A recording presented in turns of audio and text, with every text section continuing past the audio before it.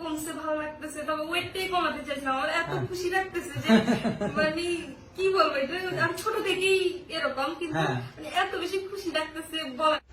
আসসালামু আলাইকুম, ডক্টর মোহাম্মদ জাহাঙ্গীর কবির বলছি। তো আমার পাশে ম্যাডাম বসে আছেন, ওনার নাম হচ্ছে শাকিলা নাকি? শাকিলা, আপনি কি মানে টিচার না? টিচার। কোথায় পড়ান?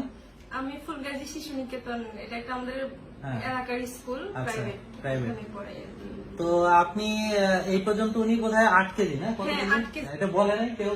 যদি আমি ভালোটা খাই ভালো তৈরি হবে, যদি আমি না খাই বাজে ভাবে তৈরি হবে, যদি আমি বাজে তেল খাই তাহলে বাজে ভাবে তৈরি হবে। যেমন আমি যদি সয়াবিন খাই বা অন্যান্য যে তেলগুলো আছে, ফাস্ট ফুড যেগুলো খাই, এতে আমার শরীরের যে ত্বকটা আছে সেই ত্বকটা ধীরে ধীরে কিন্তু নষ্ট হয়ে যায়। এবং অনেকে বয়সের সঙ্গে সঙ্গে চেহারাটার ভিতরে কেমন একটা ফ্যাকাশে ভাব চলে আসে না?